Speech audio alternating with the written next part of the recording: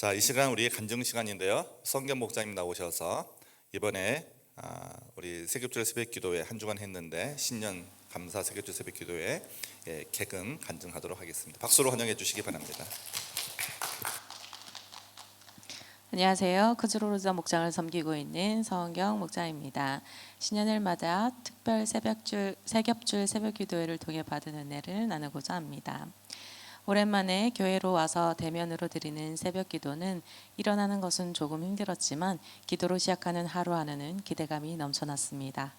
미래의 우리의 모습을 그리며 지금 우리가 준비해 가야 할 것이 무엇인지를 알아가는 시간이었던 것 같습니다. 퓨처 처치를 위한 특별 새벽기도를 하며 깨닫게 된 것을 함께 나눕니다. 첫째, 바로 기도입니다. 미래의 우리의 모습이 어떤 모습이든지 그 모습으로 변화하려면 필수 요건은 기도임을 제 마음속에 더욱 강조하는 시간이었습니다. 교회를 위한 기도, BIP를 위한 기도, 목장을 위한 기도, 사역을 위한 기도, 각 중보기도, 그 기도하지 않고서는 우리가 가지는 모든 생각들은 다시 한번 점검해야 합니다. 세상에는 너무나 멋들어지고 듣기도 좋고 공감도 잘 가는 생각들과 가치관들이 넘쳐나기 때문입니다. 우리가 그것을 구별해내고 하나님의 음성에 더욱 귀 기울이려면 기도를 하지 않고서는 불가능하다는 것을 다시 새기는 시간이었습니다.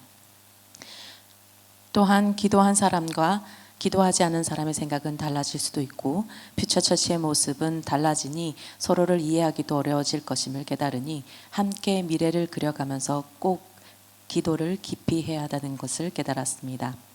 둘째는 바로 함께 기도해야 한다는 것입니다. 혼자서 기도를 하는 것도 당연히 중요합니다.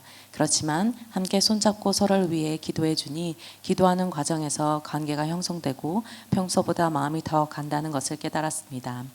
한 가족으로 힘들 때 손을 맞잡고 기도하고 간구할 때 주님께서 더욱 하나로 묶어주시고 응답하심을 깨달았습니다.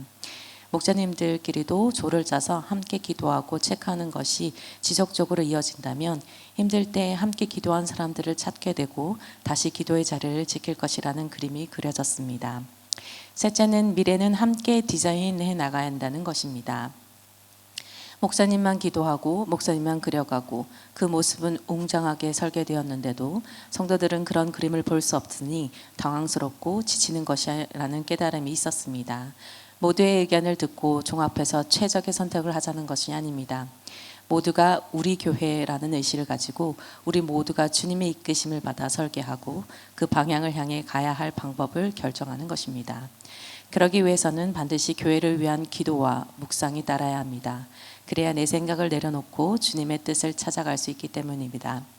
하나님을 제대로 믿고 성도들과 BIP들을 진하게 사랑하는 교회를 그려봅니다. 우리 다시 진하게 사랑해봐요. 하늘 복 많이 받으세요. 네, 이 시간 우리 간절을 위한 기도 시간을 갖도록 하겠습니다. 우리 이번 세겹절 기도하면서 또 핵심 내용을 잘 정리해 준 것 같습니다. 기도는 혼자 하는 것이 아니라 함께 하는 것인데 우리 성경 목자님 또 목자로 헌신하고 초원주기로 헌신하면서 또 이렇게 하나님의 은혜를 많이 경험하고 있지만 새해에는 또 믿음의 배우자 만날 수 있도록, 새해에는 또 직장에서 더 형통할 수 있도록, 그리고 새해에는 또 함께 기도하는 기도그룹 만들어서 또 기도 사명 감당할 수 있도록 같이 합심해서 통성으로 잠시 기도하겠습니다. 살아계신 아버지 하나님, 하나님 은혜 가운데 또 새벽을 깨어 기도하며 또 한 주 동안 분주하고 바쁘고 또 일도 많았지만 우리 성경 목자님 또 개근하면서 또 여러 가지 기도 제목을 주 앞에 아뢰었습니다. 한국에 있는 가족들을 위해서, 또 여기에 있는 목장 식구들을 위해서, 또 VIP를 위해서, 또 일터를 위해, 우리 공동체를 위해 여러 가지 기도 제목을 하나님께 아뢰었는데 하나님 응답해 줄 줄은 믿습니다. 무엇보다도 기도의 중요성을 다시 깨닫고 함께 기도하는 중요성을 깨닫고 또 퓨처 개념이 얼마나 또 성경적인지 깨닫고 주 앞에 간구합니다. 주께서 응답해 주시고 하나님의 살아계심을 더욱더 간증하는 삶을 살아갈 수 있도록 축복하여 주시옵소서. 전능하신 아버지 하나님, 그렇습니다. 이 위기의 시대 하나님의 나라와 하나님의 의를 구하는 귀한 삶을 살 수 있도록 성령님께서 역사해 주시고 늘 깨어 기도한 우리의 삶이 될 수 있도록 주님 도와주시기를 간절히 간구합니다. 앞으로 크제로더 목장을 통해서 많은 영혼들이 예수 믿고 구원받으며 하나님의 가족이 되는 귀한 역사가 일어날 수 있도록 축복해 주시고, 이미 주신 귀한 직장의 복과 또 많은 관계의 복을 통하여 많은 영혼들을 구원하는 신실한 목자로 쓰임받으며 속히 믿음의 배우자 만날 수 있도록 주님께서 큰 은혜를 부어 주시옵소서. 이 모든 말씀을 사랑과 은혜가 풍성하신 우리 주 예수 그리스도 이름으로 감사하며 간절히 기도합니다. 아멘. 우리 다 같이 일어나서 하나님 찬양하며 계속 예배 드리겠습니다. 우리 찬양팀과 함께 힘차게 찬양하겠습니다. 네, 이 시간에는 우리 올리브 블레싱 시간입니다. 정지미 어린이 자기소개를 얘기했고 최은지 목사님이 기도하시겠습니다. 아이들은 줄을 서서 우리 기도하는 아이와 함께 앞으로 나오시기를 바랍니다. 찬양하겠습니다.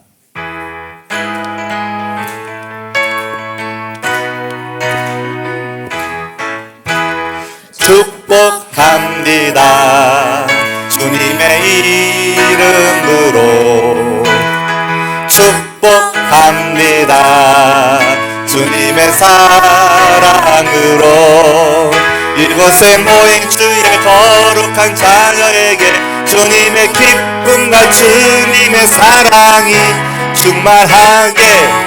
충만하게 넘치기를 축복합니다.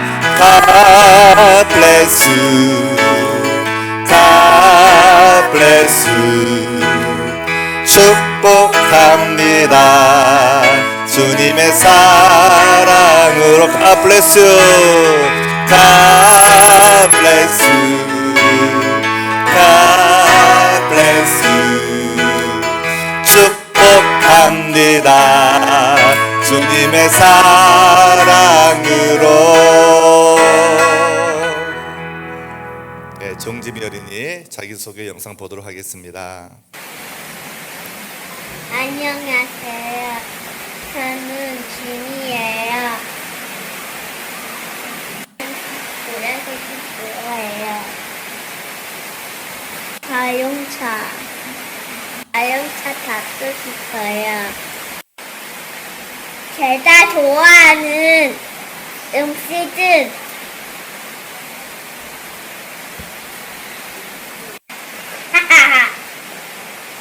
비빔밥이에요. 한우 복 많이 봐주세요.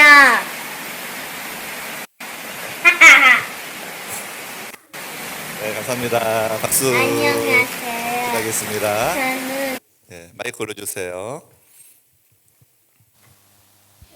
하나님 감사합니다. 오늘 이 시간 아이들을 위하여 축복 기도하기 원합니다. 방학 기간 동안 아이들을 지켜주시고 인도하심 감사합니다. 특별히 새생명교회 아이들을 택하여 주셔서 세상의 것을 구별하며 하나님이 기뻐하시는 삶을 살 수 있도록 우리 아이들 모두 눈동자같이 지켜주시고 하나님을 경외하고 하나님을 사랑하는 아이들로 자라나기 기도드립니다. 아멘. 주일학교 간사님들과 선생님들에게 예수님의 크신 사랑을 아이들에게 잘 전달하는 성령 충만한 통로로 사용하여 주시길 기도합니다. 아멘. 오늘은 지미를 위해서 기도합니다. 하나님, 지미가 우리 말씀 안에서 건강하게 자라나게 하시면 감사합니다.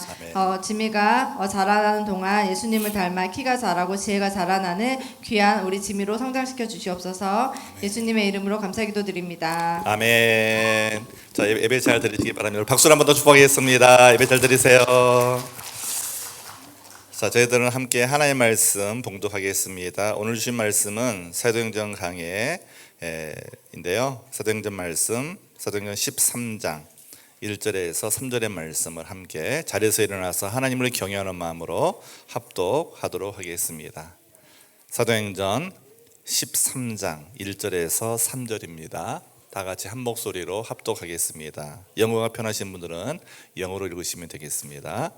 안디옥 교회에 예언자들과 교사들이 있었는데 그들은 바나바와 니게르라고 하는 시므온과 구레네 사람 루기오와 분봉왕 헤롯과 더불어 어릴 때부터 함께 자란 마나엔과 사울이다. 그들이 주님께 예배하며 금식하고 있을 때 성령이 그들에게 말씀하셨다. 너희는 나를 위해서 바나바와 사울을 따로 세워라. 내가 그들에게 맡기려 하는 일이 있다.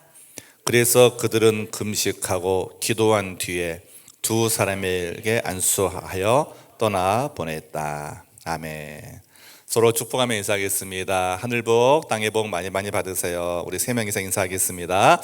하늘 복, 땅의 복 많이 많이 받으세요. 하늘 복, 땅의 복 많이 많이 받으세요. 네, 감사합니다. 잠시 기도하겠습니다. 사랑의 아버지, 이 시간 우리의 마음의 문을 열고 주의 말씀을 우리가 듣기 원하고 받기 원합니다.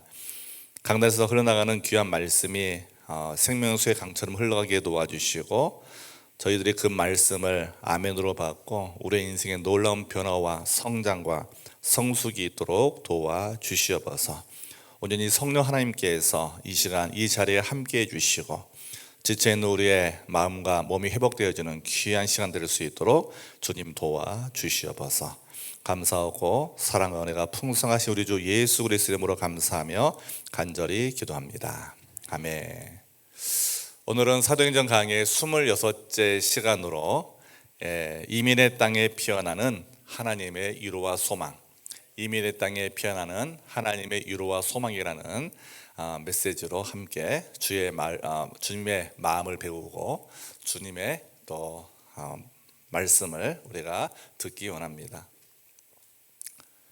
사랑하는 교우 여러분, 우리의 정체성을 보면 우리는 이민자입니다. 또 우리는 유학생입니다. 그리고 우리는 이제 워홀로 비자로 온 분들이기 때문에 여러 가지 비자 신분으로 이 땅에 살고 있습니다. 여러분, 이민자의 삶을 한마디로 정의한다면 뭐라고 정의할 수 있을까요? 자, 이민자의 삶은 한마디로 말한다면 어떤 경계에 선 삶이라고 말할 수 있을 것입니다. 어떤 경계에 선 삶. 다시 말해서 경계선에 서서 왔다 갔다 하고 있다는 것이죠. 자, 언어의 경계선, 또 문화의 경계선이 있기 때문입니다. 우리가 시드니에 10년, 20년, 아니 30년, 40년, 50년을 살았다 하더라도 이 땅에 정을 붙이고 살아도 사실 마음에는 힘든 그런 구석이 있습니다. 내 조국이 아니고, 그리고 그렇다고 온전히 내 집처럼 느껴지지도 않는 그 묘한 이질감 속에서 우리는 살고 있기 때문이죠. 오늘 본문에 등장하는 안디옥 교회는 성경 역사상 가장 위대한 이민 교회였습니다. 먼저 안디옥 교회의 특징을 살펴보면 이 안디옥 교회는, 이 안디옥 지역은 로마 제국의 심장과 열방의 교차로였다고 말할 수 있습니다. 수리아 안디옥, 지금은 말하면 시리아 지역이죠. 자, 시리아 지역에 있는 이 안디옥은 단순히 세워진 도시가 아니라 전 세계, 그 당시 세계관이 충돌하고 있는 거대한 용광로 같은 것이었습니다. 당시 로마 제국의 3대 도시가 있었는데 전 세계를 장악하게 했던 로마 제국의 3대 도시는 로마와 알렉산드리아와 그리고 세 번째가 안디옥이었습니다. 안디옥은 인구수가 30만에서 50만 정도쯤 되었고 동양의 진주라고 불리고 로마의 면류관이라고 불릴 만큼 화려한 문명을 자랑한 도시였죠. 또한 전략적 요충지로서 중요한 역할을 했습니다. 지중해 연안에 위치했기 때문에 아시아, 유럽, 아프리카 세 대륙을 잇는 무역과 교통의 중심지였습니다. 이 지리적 이점은 복음이 전 세계로 뻗어나가는데 최적의 조건이 되었던 것이죠. 그리고 이 안디옥 도시의 분위기가 새로운 문명과 사상을 쉽게 수용하는 역할을 했습니다. 다문화, 다민족, 그리고 여러 인종들이 혼합으로 함께 모여서 살아갈 수 있는 개방된 도시여서 새로운 사상에 대해서 거부하지 않고 수용할 수 있는 분위기가 이 안디옥 도시에 있었습니다. 당시 헬라 문화와 유대 전통, 그리고 동양의 신비주의가 이 도시에 함께 공존했다는 것이죠. 이곳은 유대인들만의 공간이 아니라 다양한 이방인들이 함께 모여서 섞여 살면서 새로운 사상을 수용하는데 쉽게 길들여져 있는 도시였습니다. 자, 이런 안디옥의 분위기 때문에 안디옥 교회의 역할은 어떤 역할을 했을까요? 바로 이방인 선교의 발원지로서 자격을 갖추게 되었던 것입니다. 안디옥 교회는 단순히 이방인들이 모여서 공동체를 만드는 그런 모습을 뛰어넘어 기독교 역사의 새로운 패러다임을 제시한 것입니다. 가장 먼저 안디옥 교인들은 그리스도인이라는 이름을 얻었습니다.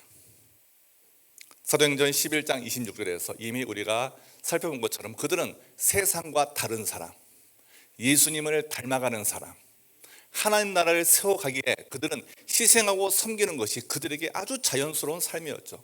우리 생명교회 목자 목녀의 삶과 같습니다. 그들은 그 시대의 패러다임을 바꿔버렸습니다. 아, 저 사람은 유대인이 아니다. 저 사람은 그리스도인이다. 그 당시 기독교는 유대교의 한 분파에 불과했습니다. 유대교의 분파가 아니라 예수님을 따르는 독자적인 공동체로서 세상에 처음으로 안디옥 교인들은 인식되었던 것입니다. 더 나아가 그들의 포용과 연합이 하나의 롤 모델이 되었죠. 유대인 중심이었던 복음의 높은 문턱을 낮추어서 이방인들에게도 복음을 전할 수 있게 됐습니다. 당시 유대인들이 복음을 전할 때 할례 받았냐 이게 중요했고 율법을 아느냐가 중요했습니다. 하지만 이방인들은 할례 받지 않았습니다. 율법을 모릅니다. 하지만 안디옥 교회 성도들은 이제 복음을 들을 때 오직 예수님만을 영접하고 그리고 그들은 할례를 받지 않아도 성령 받아 하나님의 자녀가 되는 그 놀라운 역사의 주인공이 된 것이죠. 유대인과 이방인들이 한 식탁에서 교제하며 그리스도 안에서 하나가 되는 이 파격적인 공동체를 안디옥 교회는 일궈냈던 것입니다. 또한 나눔의 실천을 삶으로 보여주었죠. 예루살렘 지역에 기근이 들었을 때 그들은 망설이지 않고 헌금을 모아 구제헌금을 모아서 예루살렘 교회에 전달해 주었습니다.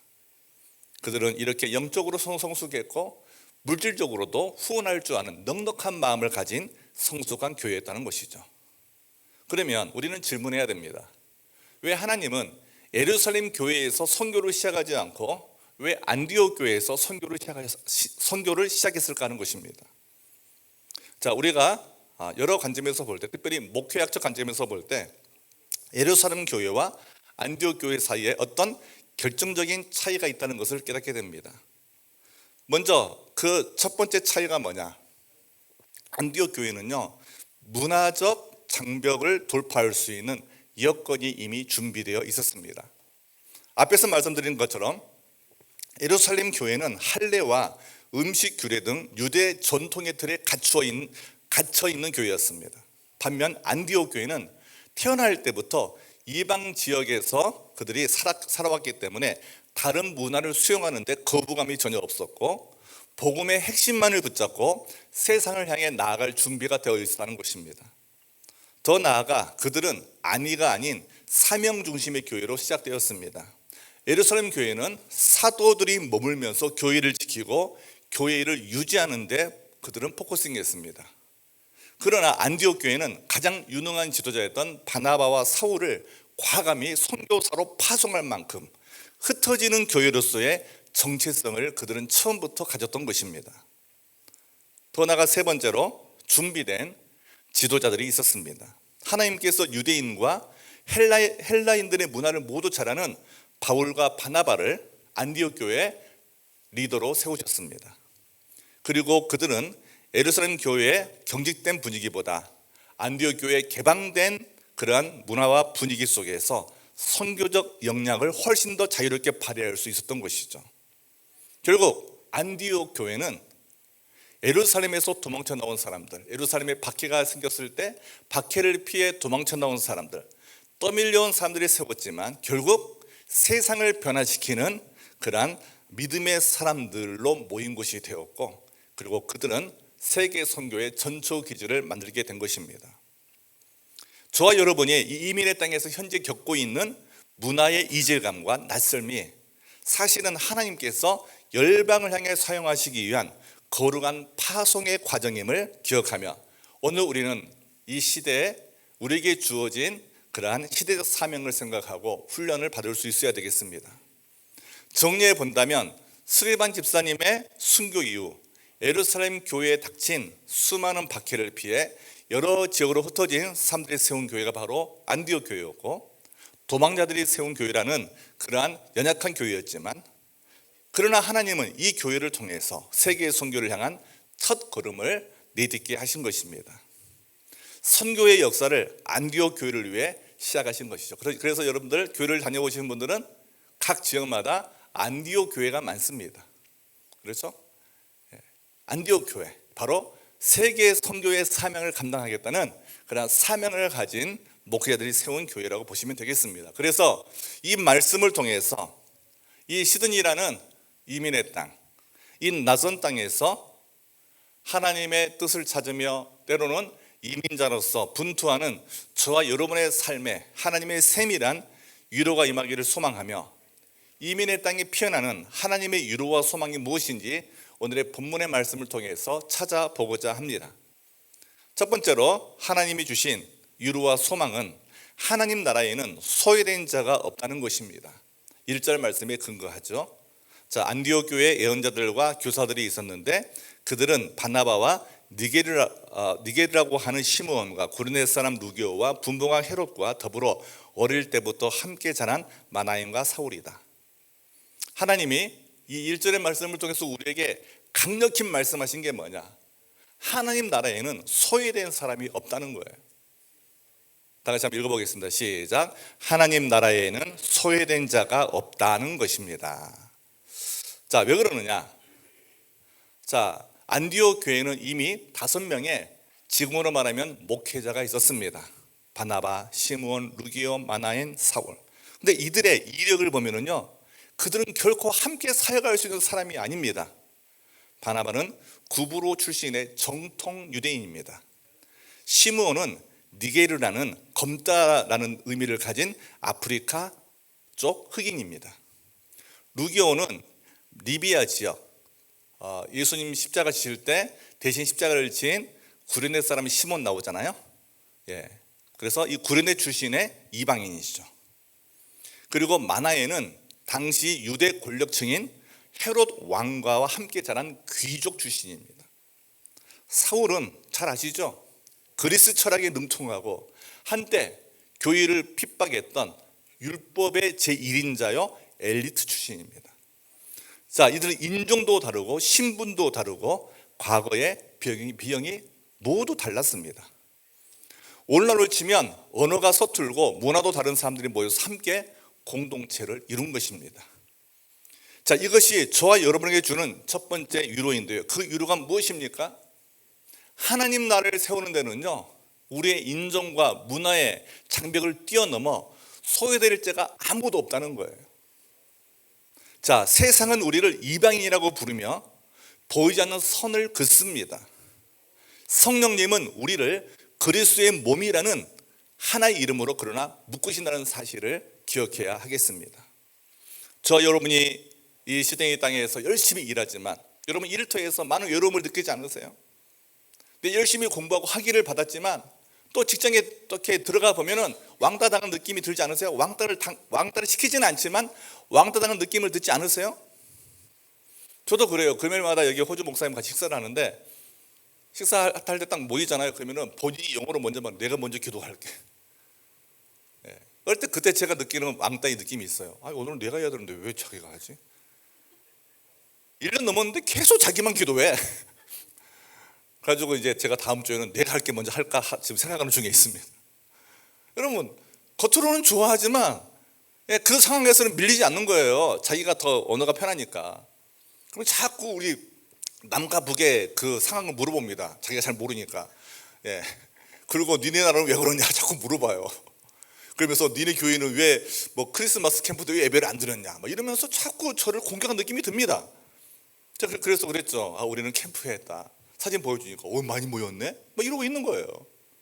여러분 잘 생각해 보세요. 우리가 열심히 살아가지만 이 호주 현지인들, 자, 이들에게 우리는 사실은 이방인이죠. 자, 그렇다면 우리가 외롭게 살아야 될 거 아니라는 겁니다. 우리가 믿음의 공동체 안에서 서로 아름답게 동역하면서 서로 하나 되는 아름다운 공동체를 세워나가야 한다는 것이죠. 오늘 교회 오는데 제가 이렇게 이제 10분 전에 방에서 나와서 걸어오는데 계단에서 어떤 아이가 또박 걸어오는 거예요. 그래서 목사님 안녕하세요 이러는 거예요. 누가 딱 보니까 우리 목사님의 딸이에요. 여러분, 저는 그 생각에서 이 아이는 목사님을 좋아하는구나.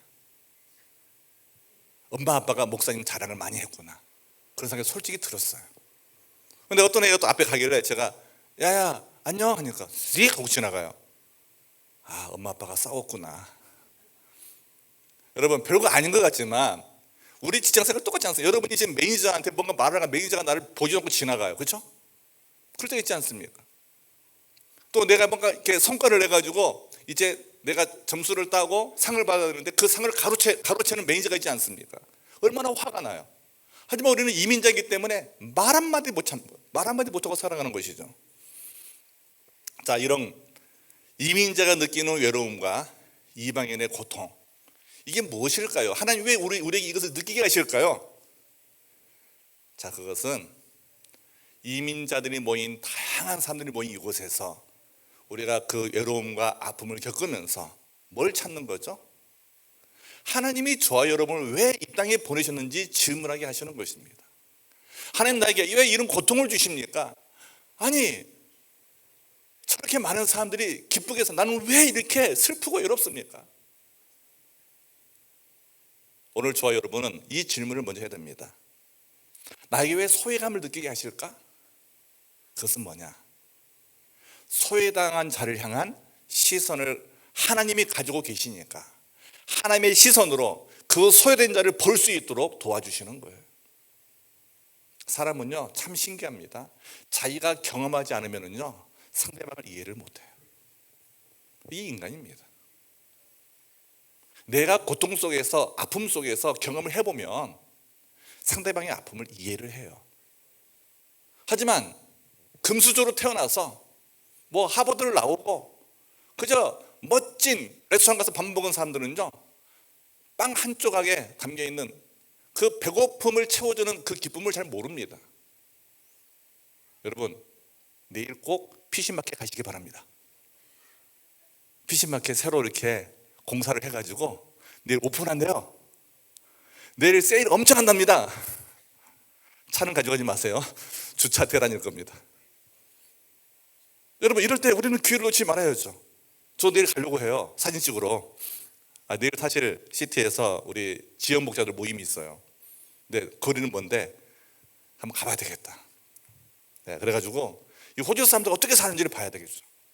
이들이 왜 이걸 만들었을까? 물론 우리 동양 사람들이 피쉬를 좋아하니까 우리가 많이 사 먹도록 뭔가를 만들 거 아닙니까? 네. 자, 하지만 잘 보세요. 아무리 정보가 있어도 내가 동참 안 하면 내가 소외되는 사람이에요. 제가 말씀드린 핵심은 뭐냐면 초대 교회는 누구든지 들어올 수 있는 교회다는 거예요. 너는 아직 믿음이 없어 들어오지 마. 너는 들어오지 마. 이게 아니라 누구든지 환영할 수 있는 공동체. 자, 우리 교회가 지금 통역기를 산 이유도 거기에 있습니다. 저는 교회를 개척하면서 처음부터 통역기를 구매했어요. 그때 일본에 가서 사왔어요. 개척한 집사님이 일본에 형님이 있어가지고 방문했다가 그 당시에 3,000불짜리를 샀어요. 최고의 통역기였어요. 그리고 18년을 왔는데 드디어 망가졌어요. 그래서 또 여러분들이 헌금해 주셔가지고 이제 좋은 통역기를 구매했습니다. 잘 들으시나요? 네, 퍼펙션이에요? 네. 그래서 잘 듣고 은혜 받으시기 바랍니다. 자, 첫 번째 하나님 유로와 소망이 무엇이라고요? 자, 안디옥 교회는 소외된 사람이 없이 다 리더로 참여할 수 있었다. 누구든지. 자, 이제 우리 교회가 이 사명을 감당하기 원합니다. 하나님을 사랑하고자 하는 사람들, 신앙을 갖고자 하는 사람 누구든지 교회에 들어와서 신앙생활을 시작할 수 있도록 같이 마음을 모아야 되겠습니다. 두 번째 하나님이 주신 유로와 소망이 무엇입니까? 자, 분주한 삶 속에서 들리는 하나님의 선명한 음성이 그들에게 있었다는 것이죠. 다 같이 한번 읽어보겠습니다. 시작. 분주한 삶 속에서도 들리는 하나님의 선명한 음성이 있습니다. 2절 말씀 보니까 그들이 주님께 예배하며 금식하고 있을 때 성령이 그들에게 말씀하셨다. 너희는 나를 위해서 바나바와 사울을 따로 세워라. 내가 그들에게 맡기라는 일이 있다. 여러분, 이민생활은 우리 조국 대한민국이나 또 여러분 각 나라에서 온 여러분 조국에서 볼 때 우리가 좋은 시대에 사니까 참 좋아 보이죠. 하지만 우리의 삶은 참으로 고단합니다. 생존을 위해 살아야 되고 생존을 위해 남들보다 2배, 3배 더 뛰어야 됩니다. 아무리 영어를 잘해도 강의실에 들어가 보면은요 안 들려요. 이 렉처러의 소리가 안 들려요. 처음에는 100% 이해가 안 돼요. 자리야 20, 30%밖에 안 들어요. 그럼 어떻게 다 우리 유학생 다 녹음하잖아요. 녹음해가지고 와가지고 귀에서 고름이 날 정도로 반복해서 듣잖아요. 이런 고통이 없이 우리 학위를 딸 수가 없어요. 여러분 우리는 남들보다 2~3배 뛰어야 우리가 이 고통을 이겨내는 이민자의 삶을 살 수 있는 것이죠. 그런데 오늘 안디옥 교회 지도자들은 무엇을 하고 있습니까? 그들이 주님을 섬겨 금식할 때라고 개혁성경은 번역했어요. 여기서 섬기다는 뜻은 헬라어의 뜻은 예배 드린다는 뜻입니다. 그들은 생존을 해야 되는 시대예요. 우리로 말하면 주일날 일해야 되는 그런 삶을 살았지만 그들이 모여서 예배하는 일을 게을리하지 않았다는 것입니다. 그리고 그들은 하나님의 뜻을 찾기 위해 또 시간을 정해서 금식까지 했어요. 여러분 기억하십시오. 진정한 위로는 상황이 좋아지고 상황에 변화가 생겨서 우리가 하나님 위로 얻는 게 아니에요. 상황의 변화가 아니라 하나님의 음성이 예배 가운데 들릴 때, 금식하며 하나님의 뜻을 물을 때, 하나님의 말씀이 내게 들릴 때 우리에게 위로가 찾아온다는 것입니다. 왜 내가 시드니까지 와서 고생해야 되는가? 내 인생은 여기서 끝나는 것인가? 이런 질문들이 나를 짓누를 때 우리는 안디옥 교회처럼 하나님 앞에 서서 질문해야 됩니다. 하나님, 내가 왜 이런 어려움을 당합니까? 내가 한국에서는 청소에 치읓자도 모르고 사는데 왜 여기 청소하고 살아야 됩니까? 하나님, 제가 한국에서 그래도 좋은 대학 나오고 내가 웬만큼 누리고 사는 여기서 내 이렇게 좋은 차도 못 사고 중고차 타고 다녀야 됩니까? 얼마나 우리는 여러 가지 생각할 수 있잖아요. 그럴 때 우리 하나님께 질문해야 되는 거예요. 하나님, 왜 나에게 이런 고난을 받게 하십니까? 그때 성령님은 분명히 우리에게 말씀으로 위로해 주세요. 그래, 내가 너를 통해 할 일이 있단다. 내가 너를 여기에 이 나라에 보낸 이유가 있단다. 내가 너를 통해 나의 꿈을 이루겠다. 하나님은 선명하게 말씀하십니다. 저도 개인적으로 시드니에서 목회할 목사가 아닙니다. 저는 잠시 퍼스에 와서 유학 갔다가 이제 잠시 한 1, 2년 영어 공부하고 한국 돌아가가지고 한국에서 목회할 계획을 가지고 갔어요. 그리고 미국에 유학 갈 생각을 가지고 있었어요. 근데 갑자기 시드니의 제일 큰 교회에서 저를 이렇게 부목사로 청빙하면 제 인생이 완전히 바뀐 거예요. 근데 제가 지금 생각해 보니 하나님이 저를 이곳에 오게 해가지고 3년 반 동안 부목사를 열심히 사역한 다음에 하실 일이 뭐냐? 이 2020년 이 코로나 시대를 하나님 미리 예견하시고 그때는 다들 아무 생각 없었던 이 소그룹 중심의 평신도 사역자를 세우는 가정교회, 여기에 눈을 뜨게 하시고 이 사역을 먼저 시작하신 거예요. 근데 저를 아는 좋은 선배들이 저한테 그래서, 야, 너는 제자훈련 전문가인데 왜 가정교회 하냐? 하지 말아라. 다 말렸어요. 저도 고민이 많이 됐어요. 그런데 지금 생각해 보니 하나님이 인도하시는 거예요. 지금 그 선배들 다 그래요. 어떻게 하면 가정교회 할 수 있냐? 어떻게 하면 너처럼 목회할 수 있냐? 여러분, 내일 모레 오시는 임수창 목사님이 훌륭한 분입니다. 우리가 한국 나오면 만날 수 없는 분이에요. 공부도 많이 하신 분이에요. 그분이 뭐가 아쉬워서 이렇게 연약한 이민교회 탐방을 오시겠냐고요. 왜 오시겠어요, 여러분? 딱 하나입니다. 이 땅의 모든 목사님들이 공부를 많이 하고 정말 지적으로 뛰어난 목사님들이 정말 하고 싶은 교회가 이런 교회예요. 평신도가 리더가 되는 교회, 평신도 사역자가 세워지는 교회, 우리 아이들 방황하지 않고 하나님을 찬양하며 1.5세 2세들을 책임지는 교회. 예수 영접 모임이 있어가지고 매월 복음을 전하고 그들이 또 예수님 영접하고 아마 다음 주일에 세례식이 있을 것 같은데 이렇게 복음을 듣고 세례받고 영접 가지고 되는 공동체. 많은 목사님들 하고 싶은데 현장은 안 되는 거예요. 왜요? 앞에 말씀드린 것처럼 예루살렘 교회처럼 전통이 있어요. 이 전통을 쉽게 바꿀 수가 없어요. 교단이 있어요. 교단에서 반대를 해요. 그래서 우리는 뭘 알 수 있습니까? 아, 그렇구나. 내가 여기서 섬기는 것이 하나님의 은혜구나. 하나님의 축복이구나. 이것을 깨닫게 되는 것이죠.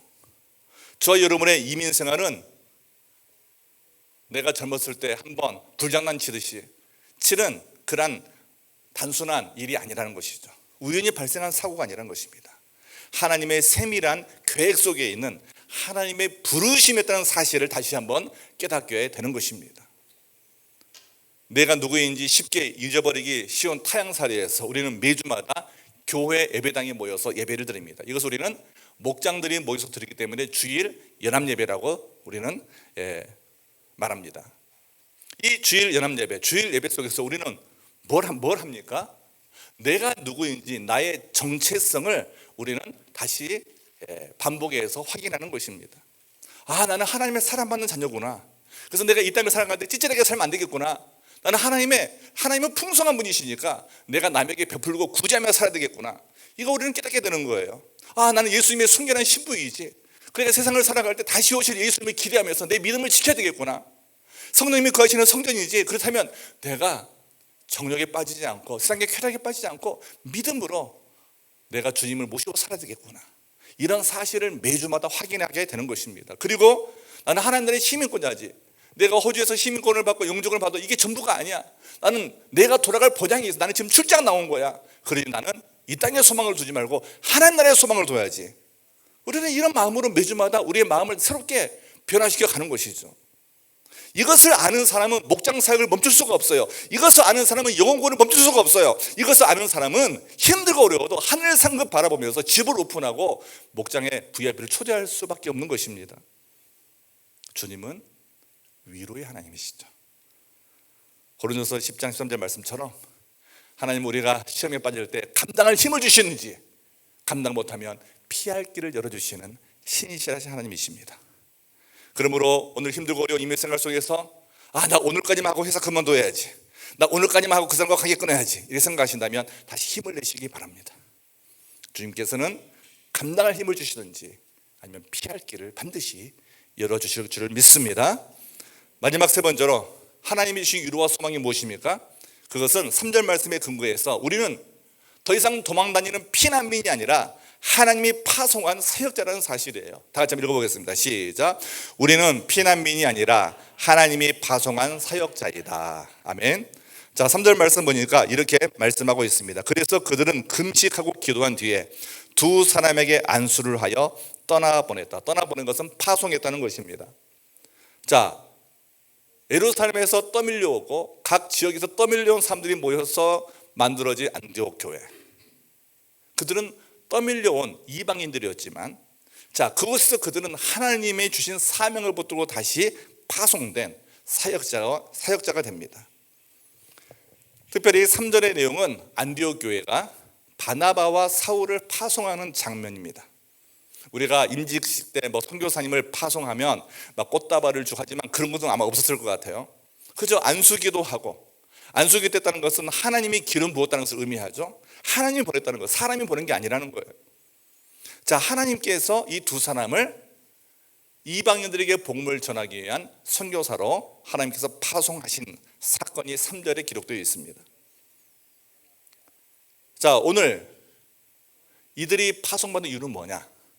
딱 3절 말씀 보니까, 자, 2절 말씀부터 시작하면은 성령이 그들에게 말씀하셨고 성령의 말씀대로 그들이 금식한 후에 기도하여서 파송했죠.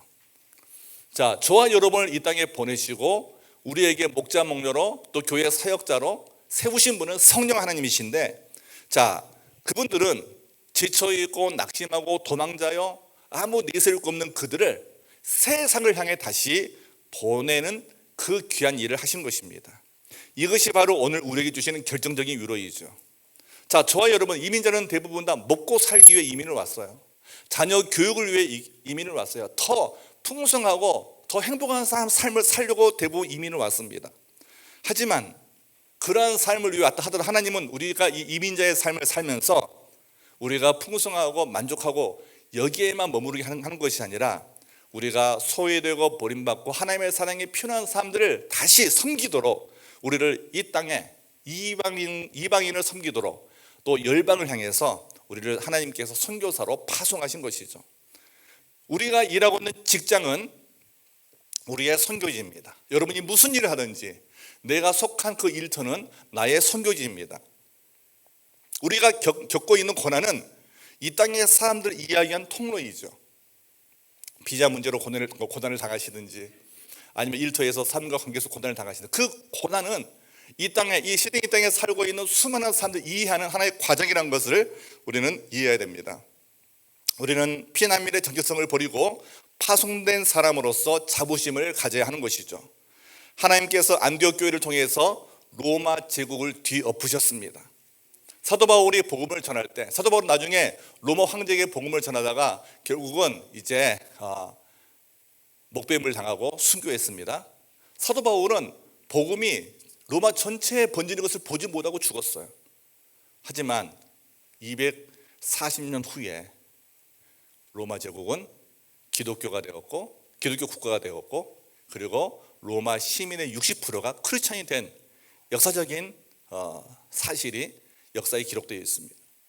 사도 바울의 헌신과 순교로 이 안디옥에서 파송한 2명의 선교사로 시작된 이 선교가 로마 제국을 뒤엎은 것입니다. 자, 저는 금요일 아침마다 13개 전 세계 도시에 있는 목회자들과 선교사님들과 함께 줌으로 모여가지고 1시간씩 중보기도 하면서 우리가 섬기는 각 나라와 또 도시가 거룩한 도시가 되도록 같이 기도하고 있습니다. 왜요? 자, 경찰서 하나가 세워지면 그 로컬 지역에 50%의 범죄가 줄어든다고 합니다. 학교 하나가 세워지고 쇼핑센터가 들어서면은요, 그 지역에 많은 사람들이 모이게 됩니다. 그렇다고 거룩한 도시가 될까요? 아닙니다.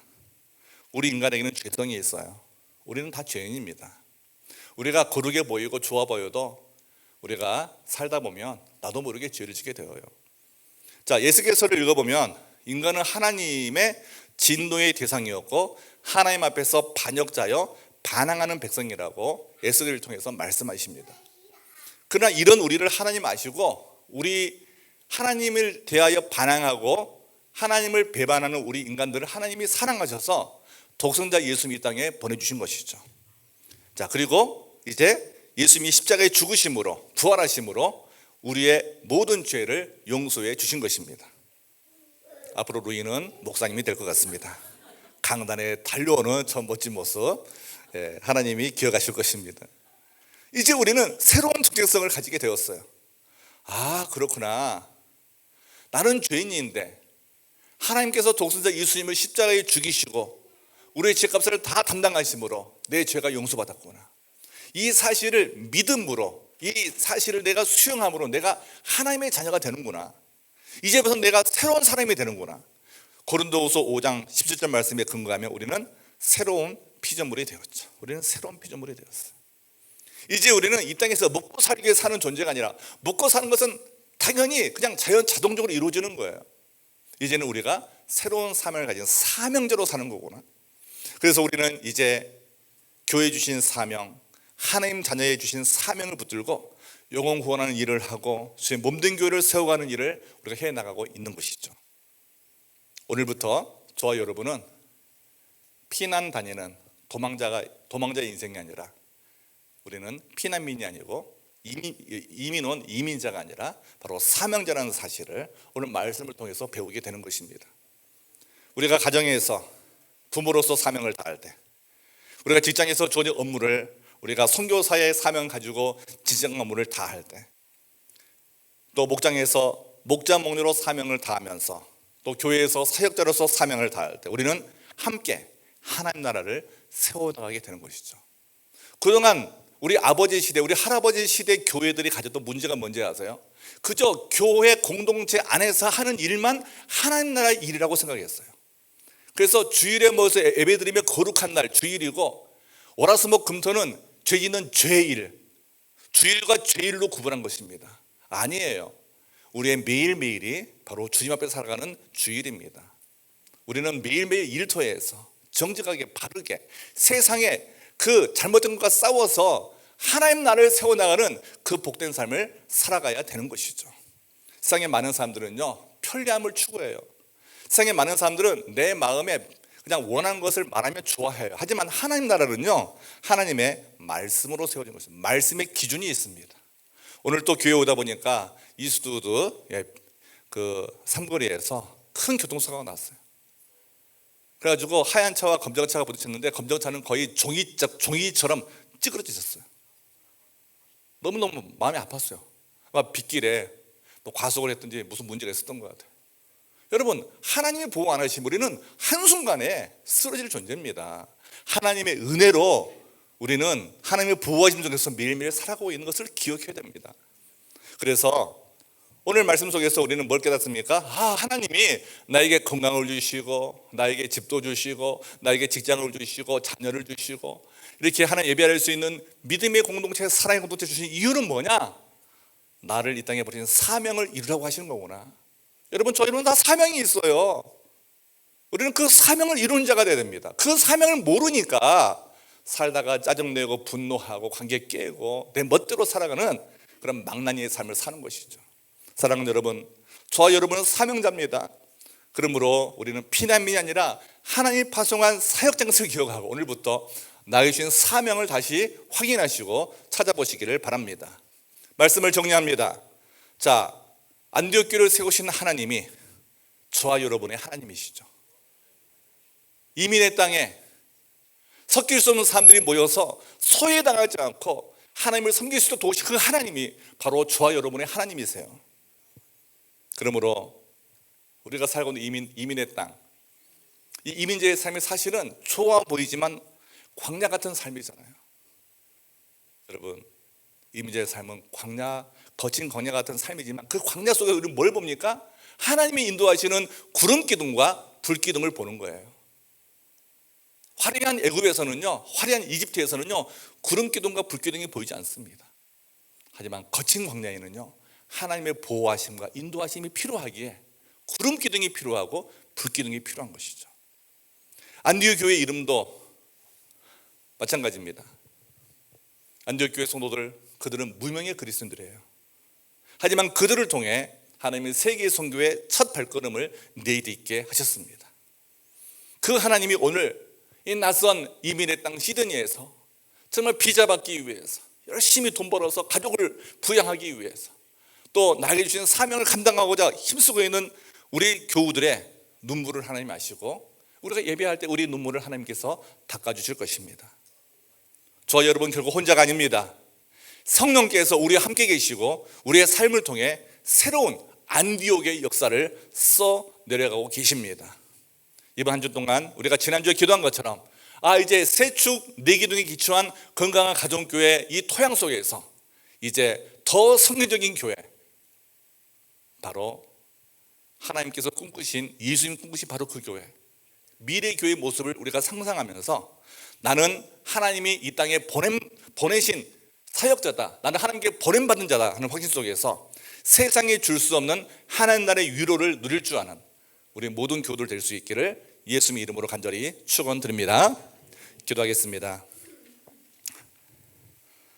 말씀 듣고 기도하면 이제 하나님께서 또 우리에게 은혜를 주시는데요, 이 시간 여러분의 마음과 생각 속에 성령 하나님께서 일하시기를 기대하시면서 이런 마음으로 기도하시면 좋겠습니다. 주님, 저는 죄인입니다. 하지만 하나님의 은혜로 내가 구원받아 이렇게 예배자로서 살고 있는데 교회에서만 사명자로 사는 것이 아니라 일터에서도 가정에서도 이 사회에서도 사명자로 살 수 있도록 믿음을 더해 주세요. 이 마음 가지고 함께 기도하시면서 앞으로 우리 새생명교회는 소외된 사람이 한 명도 없도록 우리 모두가 다 새생명 가족으로 품고 살 수 있도록 은혜를 부어달라고 함께 기도해 주시고, 더 나아가서 우리가 분주하고 바쁜 삶 속에서도 선명한 하나님의 음성을 듣기 위해서 예배하고 기도하는 자리를 포기하지 않도록 열심을 달라고 기도하시고, 마지막 세 번째로 우리는 피난민이 아니라 하나님이 파송한 사역자이기 때문에 내가 분명한 사역자의 자세를 갖고 살 수 있도록 은혜를 부어달라고 기도하시면서 하나님이 특별히 저와 여러분 개인적인 삶 가운데 주시는 한마디의 메시지를 듣고 결심하고 결단하면서 헌신의 시간을 이 시간 보내도록 하겠습니다. 잠시 한 1분 정도 침묵으로 하나님 나에게 말씀해 달라고 잠시 기도하겠습니다.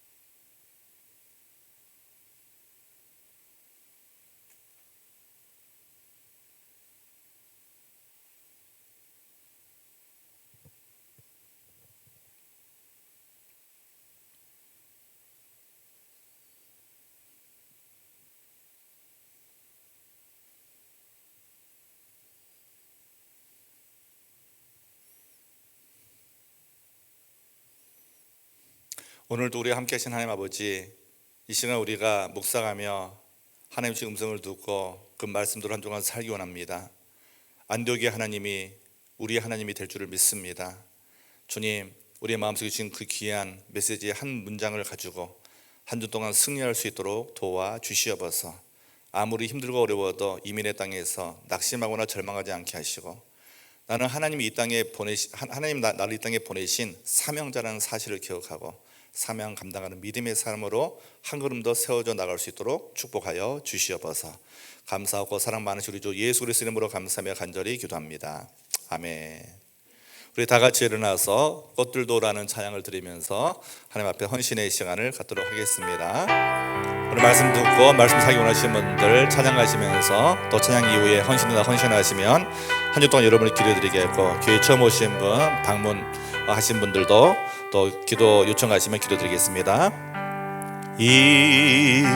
이곳에 생명샘 솟아나 눈물 골짝 지나갈 때에 모자나 열매 맺히고 웃음소리 넘쳐나리라. 꽃들도 구름도 바람도 넓은 바다도 찬양하라 찬양하라 예수를. 하늘을 울리며 노래해 나의 영혼아. 은혜의 주 은혜의 주 은혜의 주. 그날에 하늘이 열리고 모든 이가 보게 되리라. 마침내 꽃들이 피고 영광의 주가 오시리라. 꽃들도 구름도 바람도 넓은 바다도 찬양하라 찬양하라 예수를. 하늘을 울리며 노래해 나의 영혼아. 은혜의 주 은혜의 주 은혜의 주. 꽃들도 구름도 바람도 넓은 바다도 찬양하라 찬양하라 예수를. 하늘을 울리며 노래해 나의 영혼아. 은혜의 주 은혜의 주 은혜의 주. 기도하겠습니다. 이제 평안한 마음으로 세상에 돌아가십시오. 선한 일에 용기를 가지시며 악을 악으로 갚지 마십시오. 항상 연약한 자를 도우시며 병든 자를 찾아보시며 고난당하는 이웃을 위로하십시오. 모든 사람을 존경하시며 주님께 봉사하고 주님을 사랑하십시오. 모든 일을 믿음과 사랑으로 행하시며 어떤 일에도 소망을 포기하지 마십시오. 그리고 거룩하신 성령께 순종하여 기쁨과 감사의 생활을 해 나가십시오. 우리 하나님 아버지는 여러분을 항상 도와주실 것입니다. 아멘. 이제는 우리 주 예수 그리스도의 은혜와 아버지 하나님의 그 크신 사랑하심과 성령 하나님의 인도하심과 위로하심과 교통하심이 이민의 땅에서 피어나는 하나님의 위로와 소망을 발견하고 결코 외로움에 빠지거나 낙심에 빠지지 않고 하나님의 나라를 이 땅에 보내신 그 사명을 깨닫고 사명자로 살기로 결심하는 주의 아들 머리머리 위에 영혼 구원하고 제자 만들어 깨어진 생을 회복하는 귀한 사명을 감당하기 원하는 우리 생명 공동체 위에 우리가 섬기는 선교조와 세계 열방 가운데 이제로부터 영원까지 항상 함께 있을지어다. 아멘.